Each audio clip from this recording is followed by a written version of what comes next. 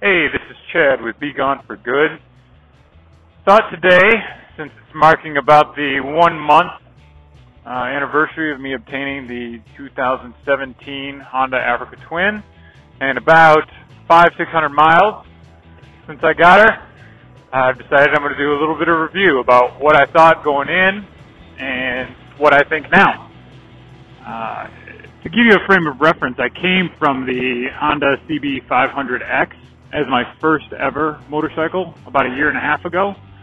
So I don't have a ton of legacy to fight through about this one. I haven't ridden a bunch of other bikes, so my review is kind of based off of that fairly limited knowledge of what else is out there. But my overwhelming response for the AT is that it's been spectacular. And the reasons for that are a few fold. I was happy to start on the CB500X. I put the rally rate pack on it so that I kind of got an opportunity to work on the bike a little bit, understand a little bit more about how the suspension works and the difference between spoked and stock wheels. I put different tires on it. So I made a lot of the modifications and changes and things like that to it as I went along, which helped me to really research the different things that were out there, what was working for people, what wasn't, and I take that knowledge I appreciate it a lot, because without that, I don't know that the decision could have been made to get the AT somewhere down the line. And I was really glad to have that opportunity. So the Honda CB500X will probably always be one of my favorite bikes, no matter what happens down the line, because it was such a great learning tool. It's like a first love, I guess, in that sense. You will always have a special place in your heart for that type of thing. So I'm very, very appreciative of that. The Honda CB500X is also not overly powerful. It's basically been the biggest complaint of riders who are on that bike coming from other bikes, is that there's nothing really dynamic about its power profile. It's completely competent. It just doesn't necessarily blow your hair back. But for a brand new rider, I would argue that that's probably one of the best assets that you can have, because it keeps you from making really, really bad mistakes quickly. So there's definitely enough power there to get you into trouble if you do the wrong thing, but you're just not going to get there as quickly as you do with a 1,000 or a 1,100 or 1,200 type of bike, and that can be a great training tool as well. That you're just working with a smaller, lighter, slower bike by and large. So I really appreciate that, because I am exactly the sort of person that, if given too much too quickly, I have a tendency to push it over the top. And during the course of my year and a half of riding the CB500X, I definitely pushed her about as hard as I could with a lot of my highway driving. I mean, there were times where I sat with the throttle wide open, just trying to maintain a speed of 85, 90 miles an hour while I was down in Mexico. That is the sort of thing that if I could have done 120, I probably would have. If I could have done 150, I probably would have. So I'm really glad that the Honda CB500X at least forced me into a more reasonable, more tame environment, especially for my learning years. Not that I'm not still learning, which I clearly am. So all of those things together make the Honda CB500X really, really spectacular for my first bike. But as I started getting into that 1.5 year part, and while I was on the trip to Central America, and I was riding the Honda CB500X, and my buddy was on the KTM 1190, it became more than apparent that if I wanted to do this for any decent amount of time, that I was probably going to have to step up my bike, because I couldn't keep up. And not even necessarily that like we were doing anything outrageous, but just pulling away from lights and top speed, I'm maxing out at 85, 90 miles an hour, and if you need to pass somebody while you're also going pretty quick, then I just had no room to go anywhere with the Honda CB500X. So I started looking at the Honda Africa Twin. Now, the price barrier was initially one of the things that kept me off the Africa Twin, because it was about twice as much, if not a little bit more, than twice as much as the CB500X. So when I was buying my bike, obviously I didn't want to go extraordinarily high, because I didn't even know if I would like it. It would be my first time ever on a bike, so I wanted to go with the cheap option. I wanted the option that allowed me the rally rate kit so I could step up into a more robust adventure bike if I chose, or I could just sell it and be done with it with a 500 or grand loss. Well, turns out I do really, really enjoy it. I have a ton of fun on the bike. I ride everywhere I can, as much as I can. So when I started looking at the AT, it makes more sense now that I know that this is something I'll probably be doing for the rest of my life.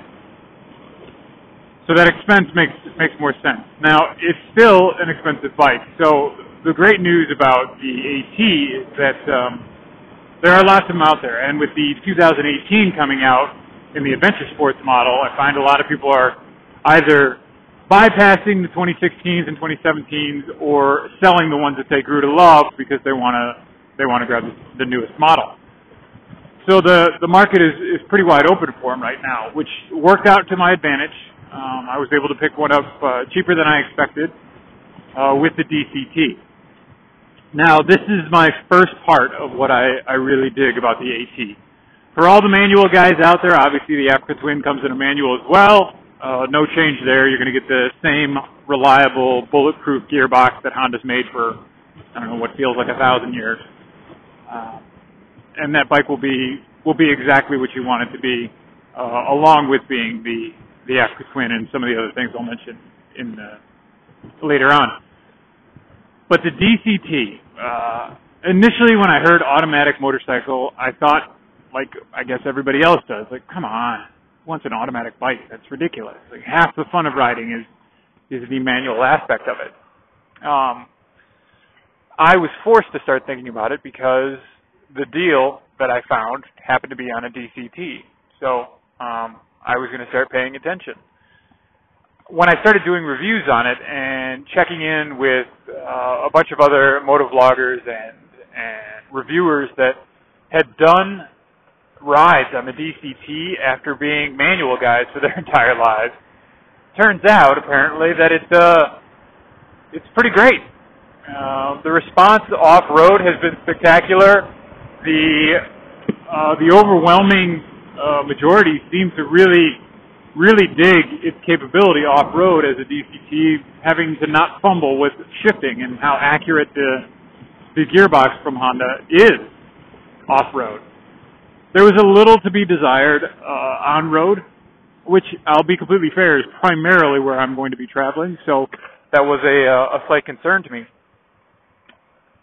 But I decided that I was probably going to make the DCT happen anyway. Again, one of the great things about motorcycles in general is that, unlike cars, they tend to hold their value. So if you went out and bought yourself an 11 grand DCT and decided a month later that it really wasn't for you, you're going to take a hit, absolutely. Like, it's not going to be something you sell for 11 grand. You're definitely not going to make money on it. But it's also a mistake that isn't going to cost you 25% of your value, which I think is really great. It seems that motorcycling is a small enough community. There are a few enough bikes out there to keep that value high, and you can check out bikes and buy them and sell them without a huge loss to your bottom line, which makes, I guess, experimentation a little bit easier. And that was sort of what I went into hedging my bet with the DCT. Now that I've been on it for a month, I can tell you that it's really pretty great. One of my biggest sticking points with the CB500X as I was out riding was anytime I was in traffic was just a bear. It was brutal. My clutch hand would be going numb, and it just was no fun, I guess would be the way to put it. And ultimately, that's the only reason I'm doing this. I'm not doing this because I need to ride a manual or I need to impress anybody. I'm just looking to go out there and have as much fun as is humanly possible in the 10 minutes, half hour, 3 days, 2 weeks that I get to ride. So whatever that timeline is, if I can jam more fun in there and make my ride easier and more comfortable, then so be it. That's exactly what I want to do. Well, it doesn't get a lot easier and a lot more comfortable than the DCT. So right there, I was really psyched about this bike, and I'm really excited to see where I can go with it from here. As I've just been doing basic rides around my local environment. I wish to God that I had this thing when I went down to Central America. I feel like it would have changed that trip dramatically, and I think I would have been in a much better attitude, because the entire time with the CB500X, I felt like I couldn't keep up. So I was always a little bit, I guess, disappointed to be lagging behind. I was always a little bit scared that I was overloaded, which I was, so that's my fault. But obviously, with a bigger bike, a more capable bike, the overload issue wouldn't have been as big of a problem. So I really wish that I had pulled the trigger earlier on this bike and been able to take this one to Central America. But you know, there's no point in regret. So I'll just have to do another trip to Central America, apparently.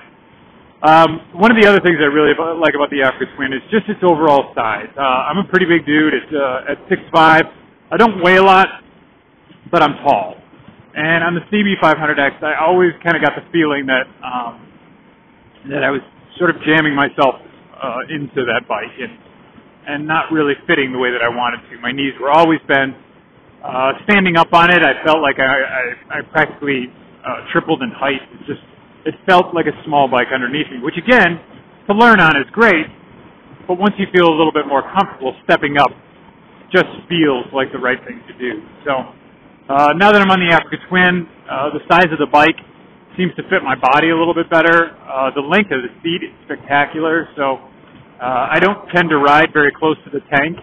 I tend to push back a little bit, almost to where if you take a look at the seat on the CB500X, there's a scalloped portion kind of dug out where the pillion seat slides up on top of, and I scooch all the way back to right in that area just to provide myself a lot of room, and it feels really nice. It's a really comfortable ride. I haven't done the 700-800 mile trips like I had on the CB500X, which was also very, very comfortable, just a little bit more cramped. The other thing that I really like about the Africa Twin is its capabilities. The 21-inch front wheel, as opposed to the 19 from the Rally Raid on the CB500X, makes a huge difference. The way that I roll over even minor obstacles with the 21-inch wheel, it feels like nothing. Everything has kind of been smoothed out on this bike. And again, this is not to say that the CB500X was clunky or a problem in any way. It's just simply the move from, like, let's say a Toyota to a Lexus. If all you ride is the Toyota, you'll probably be completely content and think you've got a great vehicle on your hands. But the minute that you ride into a Lexus, you go, oh, there we go. That's the difference. That's the luxury. That's the smoothness. That's the power that I was looking for. And that's kind of what I like in the transition from the CB to the AT to feel like. It's just a lot of things that you never knew you were missing. You now have in your grasp, and it's a great feeling. The other things about the AT that I'm thinking I'm going to really enjoy that I haven't had an opportunity are its off-road capabilities. The CB500X is clearly a street bike that has a little bit of off-road capability. When you add the Rally Raid kit, it boosts that a little bit, but you're essentially still riding primarily a street bike. Now, if you look at the videos of Juan Brown and Jenny Morgan, you'll see that they've taken that CB500X with the Rally Raid conversion everywhere. I mean, they have no fear with that bike and have made it a perfectly capable off-road machine. So again, I don't want to detract from the CB500X, especially with the Rally Raid conversion at all. But I think even they would agree that the AT is definitely built much more specifically for getting into off-road skirmishes. And because of that, I'm very, very excited for any time I have an opportunity. The way that I can put this is just really more of a personal anecdote than anything else. Is there was a road that stretched between southern Mexico and Guatemala that we hit probably 4 or 5 times on our journeys back and forth across the border. And it's just a gravel road, but it's a pretty rough gravel road.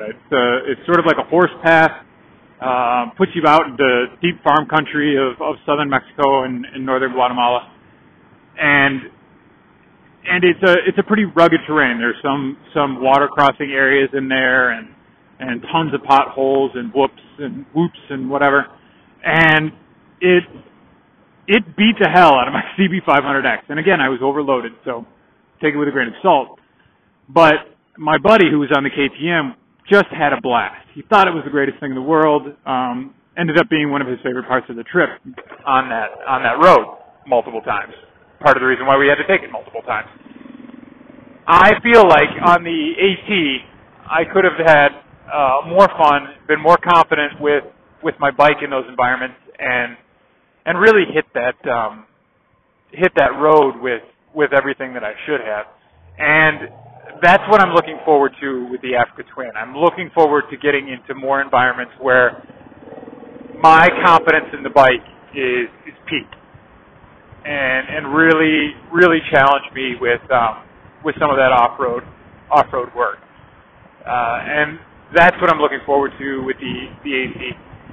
I'll tell you, I know that this is also not supposed to be about looks, because these are dirty, grimy, off-road tanks. Like, we should all be riding Mad Max vehicles out there. But if you do plan on riding on roads where other people may see you, or ever plan on having your bike in the sun, the AT is perhaps one of the best looking things I've ever seen on 2 wheels. It just has the right lines, the tank build, and the fairings from the front give it this tough, aggressive look.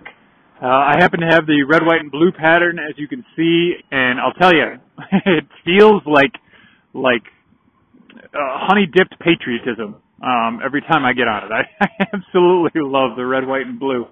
It's a spectacular look.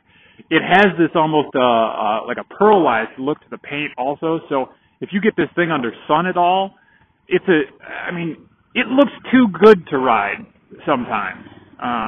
And I can't believe it. I came from a black CB500X, loved it, thought it was great, all murdered out. I even took some of the bright yellow stickers off of it so that I could get it even more blacked out. Didn't think I would like the red, white, and blue, and I do. I love it. I think it's a great look. Obviously, it harkens back to the anniversary of the Africa Twin, which only makes it seem cooler. So I'm a big fan of that aspect too. I love getting on this bike. I love looking at it across the parking lot or in the garage. I am such a fan of this bike, and I know it sounds a little bit like sycophantic, and I couldn't possibly say anything bad about it, but at this point, I don't know that I could. I've tried. I've thought about it. I've been on all the forums, and people have asked, what do you think about the DCT? What do you think about the 2017 as opposed to the 2018? And all this, and I've tried to come up with a cons list if I could. And at this point, I don't have it. There's nothing that I think is a detriment. There are some items that I feel like a lot of people say that Honda should have included on here, like heated grips or more robust handguards or some sort of power port or something. But again, I'm kind of a fan of working on my bike. I like adding extra stuff to it. I like changing out foot pegs and seeing if there's a different exhaust that makes more sense, and adding tail racks and changing out handguards and kind of making it my own. So that wasn't as big of a deal to me. I don't need heated grips. I live in North Carolina, so the 1 month that it gets really cold out there, I just put on heated gloves and call it a day. So I'm sort of glad that Honda didn't make those extra additions, because I'm sure it would have pushed the price up higher than I was ready to go. So it works out well for me that it comes as a more base bike, and I can do the things that I want to do to it. Outside of that, I'm trying to think if there's anything else that I really can say about this bike. I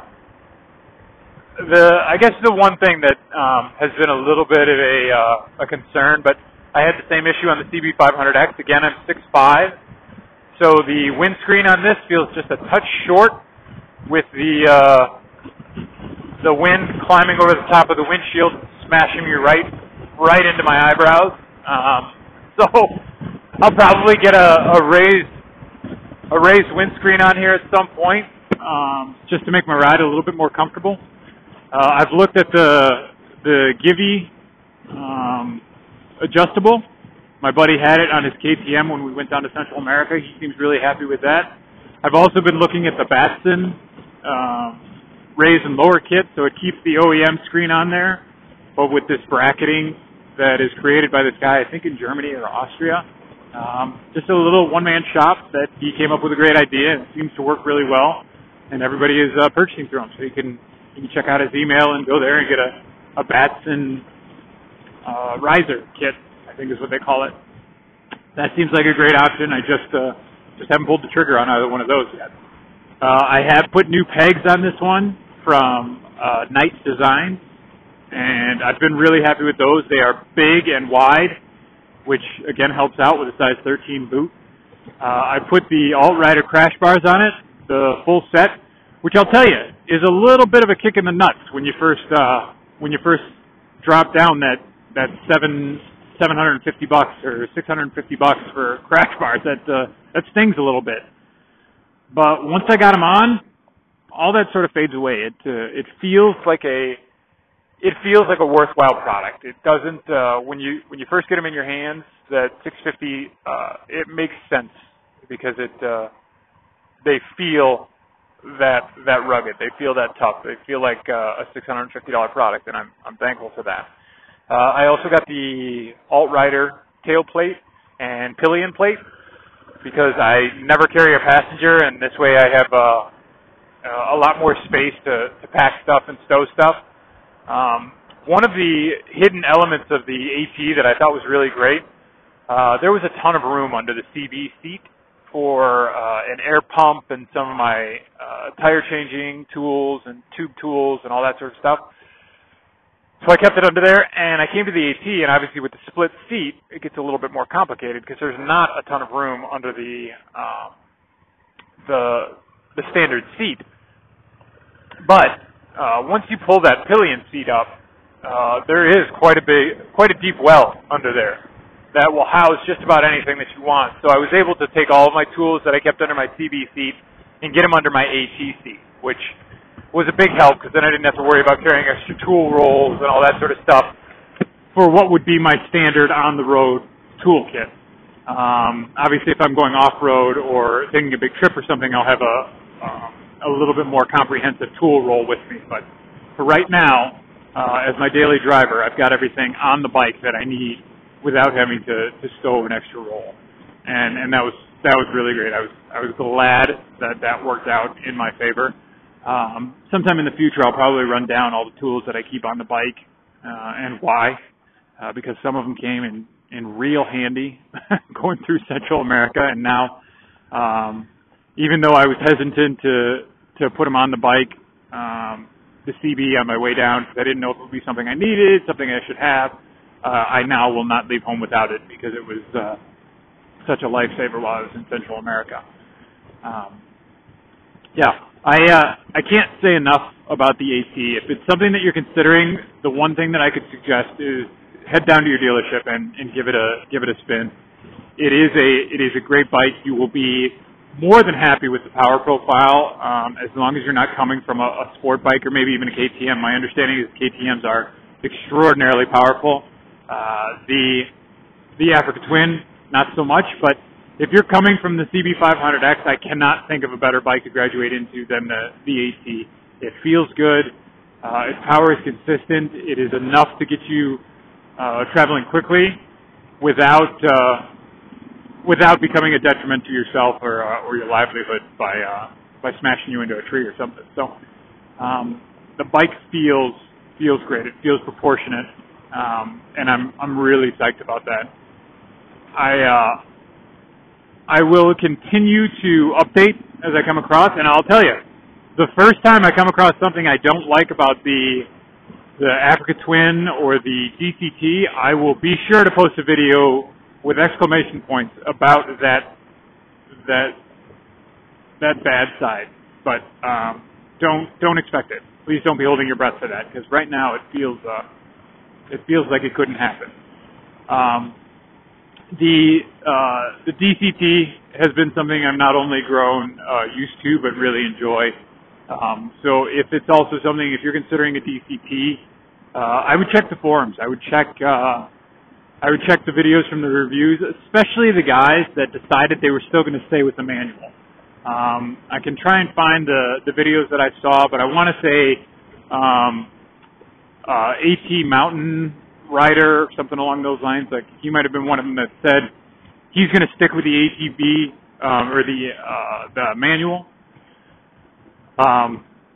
but really enjoyed the DCT, which to me shows that it's not a detriment. It's something that people actually really have a lot of fun with, because even though he's gonna stay with that which he's comfortable with, he understands the value of the DCT. I believe Spurgeon from Revzilla had the same feedback, that he's probably going to stay with the manual, but the DCT was just a ton of fun, and he really enjoyed himself on it. And the twist and go opportunity that you have on the DCT is a way to get a lot more riders out there, new riders that don't want to bother with the clutch and feathering and all that sort of stuff. Just twist and go. I hope that this brings more riders in. I hope this brings more riders to have more fun in, because it makes the whole process a lot less work, and that's a pretty exciting opportunity to have in that environment. So, signing off. I hope that this review was helpful. If you have any questions for me, please feel free to comment below. Leave me any suggestions or criticisms as well.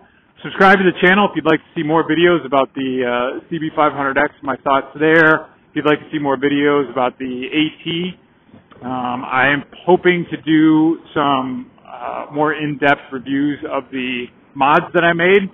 I know when I was doing my research, there weren't a lot of videos out there about the Knight Designs pegs, and I'd really like to get something out there, because I think these are extraordinarily good and deserve a little bit of recognition. I don't know that it's a really large company like your Twisted Throttles or your Black Dog Cycle Works type of stuff, which seem to also have really good pegs. But I would like to get Knight Designs out there a little bit more, because I think they deserve it on these pegs. Thanks a lot for watching. Hope that you're going to be able to get out there and ride soon. Have fun.